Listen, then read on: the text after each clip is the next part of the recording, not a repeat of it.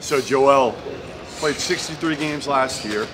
How many games do you think you're going to go this year? Are you going to be able to go, hopefully, the full 80, 82?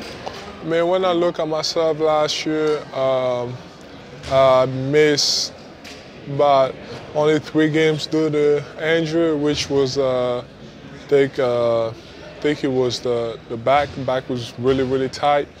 Other than that, back-to-backs being restricted, and the freak injury that happened at the end of last year. If it wasn't for the freak injury, I would have played 71 games, and then you include the back-to-backs in that. So, I mean, you could say I could have played 79 games last year easily, and then this year I'm coming in much better.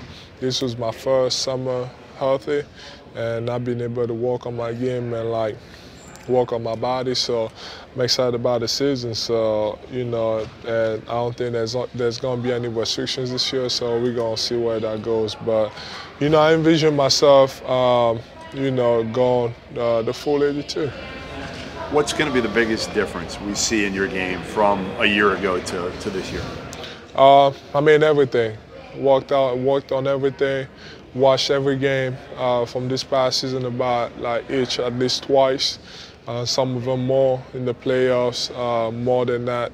Kept rewatching it, just see what I did. And then there was common mistakes that I've always made, especially when it came to turnovers, my decision making, my shot.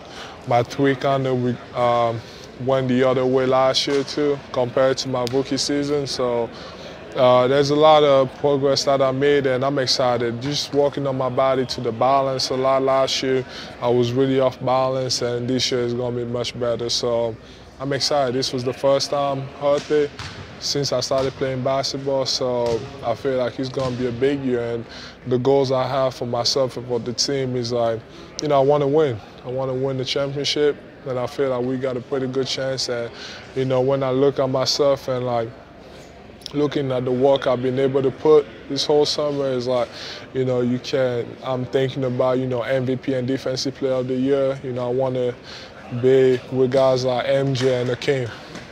How's Markelle Fultz look so far? His shot looks different, kind of more of a set shot than it was. I don't know how much you saw him back in the day, if ever, when he was 100% before the shoulder injury. How's he looking? I'm not worried about his shot. He's more than a spot-up shooter or a shooter. He can do so many different things on the court. He's being a point guard. My goal for him this year is to be a point guard and to be able to create his own shot and for others. That's what I think. That's what they should do. Everybody's worried about the shot. Yeah, the shot is whatever, but I feel like he can get anyone on the basketball court because he's so agile, he's so quick, so athletic. He can get anyone on the basketball court. So, I mean, you can say the same thing about Ben too.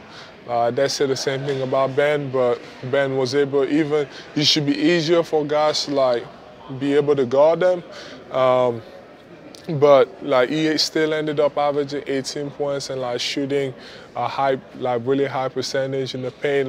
If he does that, why not keep doing the same thing? So that's what I don't understand. At some point though, it kind of limits you, especially when you play against a good team that has great defensive schemes. I think Boston was really good about how they guarded him. That's when you got to figure some other stuff. But other than that, there's at least 20 teams that can figure it out.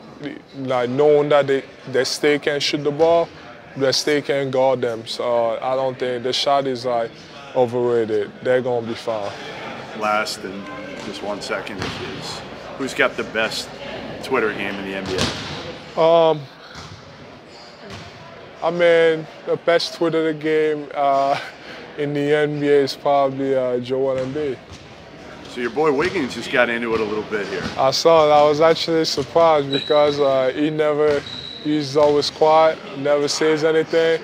And I'm actually in the presence of Steven Jackson right behind me over there. So I saw it, and then I was like, wow, that's the first time I ever seen him actually talk back. And then I thought he was great. It was great for him.